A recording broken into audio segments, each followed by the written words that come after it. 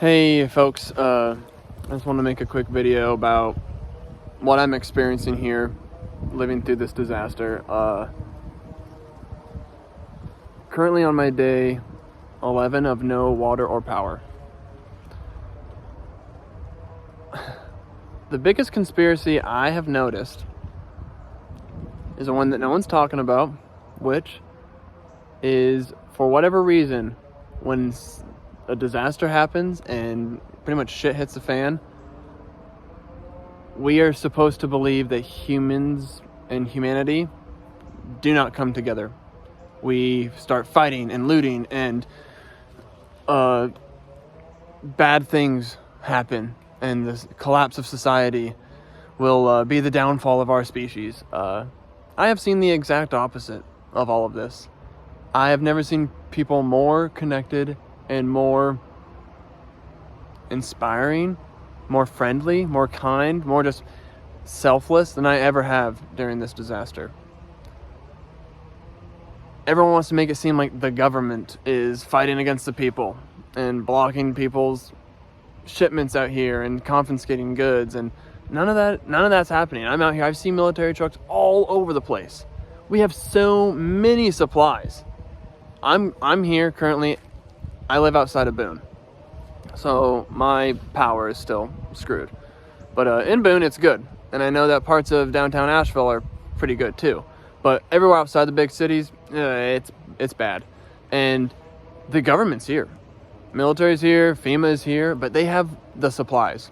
They have the knowledge to help with, all of the toxic spills, handing out supplies, how to, organize search and rescue and checkups, and I don't even really know the basis of all of those, like, logistics of just what you'd have to do to go through a disaster and just the beginnings of a recovery effort. Linemen are here, so many linemen. We have supplies. I think the Boone airport has seen more traffic, or it's seen a year's worth of traffic in 1 week. I mean, I hear maybe right now there are big military dozer trucks and just supply shipments all coming up from 421 down here to Boone, and to Ashe County, and they're just being flown in and dropped in to wherever they need to be. It's the thing is that here it's the mountains, and it's like not even like, oh, the mountains are off in the distance. Like, people live in the mountains, in the windy roads. And there's just a lot of little communities and just homes that have one little bridge that crosses this, 10-foot, 7-foot wide creek. Those are just washed away. So your vehicle can't get across. So now you can hike out of there, you can walk out, ATVs really come in handy, find low spots. But everyone's come together. I was passing out water to people the first couple days of all this as I was going to just check on the roads and do work, for my company.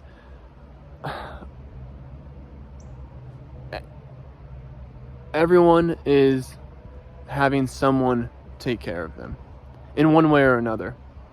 And if you're someone who hasn't been, let me know right now. I would love to hear it, and I'm sure there are people who are still stranded, and there are people who still need help. I currently need help with my power, but I'm lucky.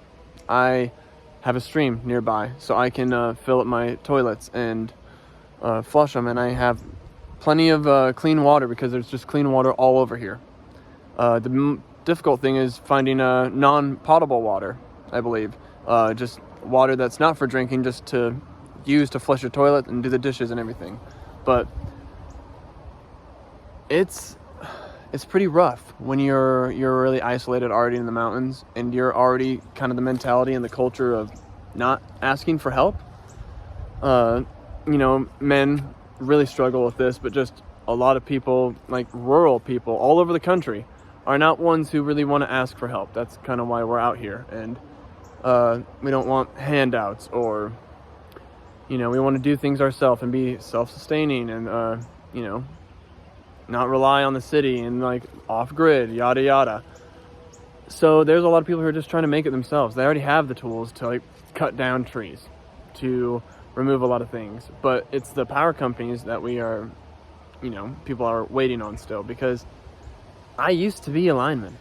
And a decade ago in Nevada, I used to work on the mines for about a year. And that is a difficult trade, my friends. I couldn't do it. I did not want to be in it any longer. After I got laid off, I was like, all right, I don't think I'm going to rejoin.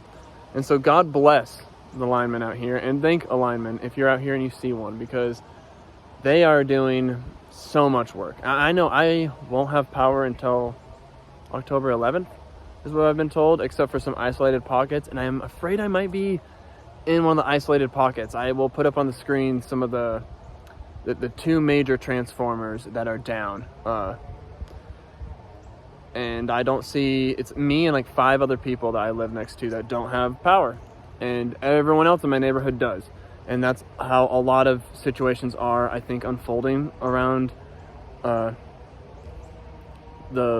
these counties, all of Western North Carolina. It's really difficult when you don't have any power or water. And, I luckily have been given access to a shower just for my work and a kitchen to just be able to cook like 1 meal a day in. If I have the energy to. Half the time I just go out, which you can only just live off of fast food. It's like road tripping. You're just like getting foggy brain. I already have trauma brain. I mean, I'm just taking it hour by hour out here, starting to do day by day. But when you don't have any water, it's a little bit different, reverted back to the Stone Ages. I guess going off topic, but when you don't have power, it's hard to see other people have power and just flaunting it and like running their Halloween and Christmas decorations when you're, really understanding the reality of not having power or running water. It is a game changer. Obviously, makes sense why our society is so different than 100 years ago. And I just feel like once people get their power back on, they are like, oh, cool, we're out of this, we're done. But they are, not everyone else is. And there's a lot of people out in the outskirts, the more west you go in the Western Carolinas until you hit Tennessee, and in Tennessee are pretty in trouble because it's just rural and isolated and no one comes and checks out on them anyways. But the government's out here and they are being led by local officials, local search and rescue, local volunteers, local people in the community, and the fire rescue, and just firefighters and police officers who know the area, know the back roads, know all the little like creeks and hollers and everywhere here that if you're not from here, you're just not going to check. You're not going to know people are building on this shit. I mean, it's a different terrain than most of the country, if not all of it. And that's why it's such a big tourist destination. And it is really disheartening to see that, people, my family sends me things about how FEMA's not giving us any aid, And it's like, no, we have plenty of aid out here. The linemen just have a shitload of work ahead of them. For one, before not even looking at power lines, if you just see a normal power line, they're the wires that come down to the ground and have like the yellow little plastic, like 6 foot long plastic taco around it, or like a little cylinder. A yellow plastic covering. I'm sorry, I don't have not very clear thought right now. Those are called guy wires, and those are just stable connections to like hold the pole in place with proper tension as it is holding other wires and leading to other poles, and so everything has proper tension and is stabilized and rigged up properly. I've seen so many of those on working power lines to people's houses that the guy wire is just like loose and dangling because it has no more tension anymore, because the poles have all shifted. Everything has shifted. People right now who have power, it's because they have routed and rerouted different parts of power lines to connect everyone in this misshapen, non-formal way of getting the grid back online. So you're gonna have little isolated pockets like me who, like, the whole pole needs to be replaced. You need to take down all the wires and deactivate everyone else who's on these wires currently, to replace all the wires, the transformer, everything that's right here on a sloped hill. It's not easy. It's definitely a day's worth of work just for the 4 houses that are my neighborhood. If you're around here in Boone, you go down Poplar Grove. I know they were working on that. So I don't know what the current state of things are on October 7th today, as I'm recording this, but like Poplar Grove, Russ Cornet, Wrinkler's Creek, those are some of the really hard ones that are up above, I guess that'd be south of Boone-ish, Walmart, in the mountains there, or the little hills. It was bad. They have a lot of work. Junaluska, I don't know what they're doing right now, but there's a lot of trees that are just holding these power lines down, and you have to just drive around them. If you're from here, you've seen it. If you're not, it's kind of why I'm making the video. They have so much work ahead of them just getting these major roadways cleared for just to be safe to go on, that I don't expect myself to have power until the 11th or a little bit later, because it's just a priority of having people come down and get out. And I get that. If you can leave your home right now, you are lucky. You are considered, the 1% of the good survivors that are out here right now, because you can get access to the supplies that everyone is giving and donating, and the government is dropping off and distributing, and all the churches are a huge part of this, and all the nonprofits, like all hands on deck. And I don't know why everyone's blaming people. No one on foot here, no one's blaming each other. No one's mad, no one's a Republican, no one's a liberal. We are all Americans, and it is really awesome to see. But then you go online and people are like super into like divisive about this and trying to make up all these weird agendas, and like, if anything, people are really incompetent. We're just humans. This is a disaster that no one's ever seen in the mountains before. And I don't even know where to begin to clean up. People are trying to clean up, and they're getting chemical burns from all the toxic waste, and just like gasoline, oil, sewage, grease, shit, piss, who knows what. Like, it's pretty bad out there. I had to report 911. I had to call 911 about the Greenway River in Boone. There's a huge gas leak. It was like the day 2. It was like September 29th of everything. And just went there today. It's cool. It's clean. It looks beautiful. You can see through it again. They moved all the debris, the trash cans. Pretty cool. But everyone's trying to help. There's too many volunteers, There's a lot of near misses, I hear, because of all the traffic that's air traffic that's going on. And honestly, unless you're just another lineman and you can like join up on a crew, there's not much else you can do besides just help donate and keep checking in, because we have all the supplies now. But then what? Milton's gonna hit, and then Florida's really gonna need help really badly. I'm predicting, and Appalachia gets forgotten about a lot. And I kind of feel like that's what's going on here, is people aren't really concerned about the people here. They're concerned about the stories, the silicon mines or quartz mines in spruce pine that the government wants, and the land that government wants. And like, it's just not true. Big ass squirrel. I have felt nothing but love for people here, and I've never been so connected to a community in my life. So I honestly, big hot take here, I'm not concerned about election year. I kind of have not been for a while, because whether we have Trump or Kamala win, America is not going to dissolve in 4 years. When shit hits the fan, we come together. I've seen it. I'm seeing it firsthand.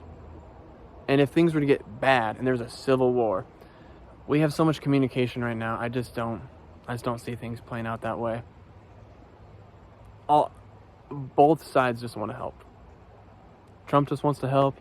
Kamala and Biden just want to help. Everyone just wants to help. They just have different ideas of how to. And that's why they're getting so upset at each other and trying to have these little blame games and getting pushed away. And like, yeah, if you have not authorized yourself calling in to the airspace around you and to the towers that you have supplies, yeah, you're gonna get turned away. You're not scheduled to land there. It's not a car just driving up. You know, you can drive to so many churches and everything around here and say, here, can I donate these supplies? Right? Yes, please. I think they actually had to stop taking donations here in Boone because it's going to expire, and you know, they couldn't give it away fast enough. I can't give away things anymore. I can't. The need to help and share your resources with people after the disaster, I still have that, but everyone is good. We have it. Asheville really needs help. Everyone outside there really needs help, and they're getting it, but it's just not easy. Nothing's gonna just happen overnight. I'm like, this is a huge ass downed tree that was right outside of my house. I'm like, this is a small one. It's just gonna take time, and the people here are gonna be changed forever. But we can't tear each other apart, guys. That's stupid. So just look a little bit. When you see something that triggers you and it's saying that FEMA is blocking aid and, you know, they don't, North Carolinians aren't getting the help they need, it's because the way that we live is hard to get things in and out. Where I live is very inconvenient to get in and out, and luckily my vehicle survived. If you don't have a vehicle, God, you're fucked, you know? And so I just think that just have some sympathy, and I wish more people could actually see what is really going on here, because the human spirit is alive and well. People are struggling, but people are also giving, and with all these bleeding hearts out here, and I don't even mean that in a facetious way, like, our hearts are bleeding. It is hard to process everything and the damage that is done just to the rivers alone. Like, not even the environmental damage, and like the salamanders, damn, the fish, everything, like the deer that are drinking this shit. It's not good. But just the rivers are so wide now. And they don't get that wide. All this moss and all this beautiful greenery on them just stripped away. They're just these wide paths of destruction that now will always be like that because the dirt got removed, carried downhill. And I don't know, there's just a lot people aren't processing, and people are just like in the go mood. I just want to like clear paths and like make my driveway look nice and make my house look good and clean what I can. If you have a home, you know, if you have your little space, because that's all you can control right now.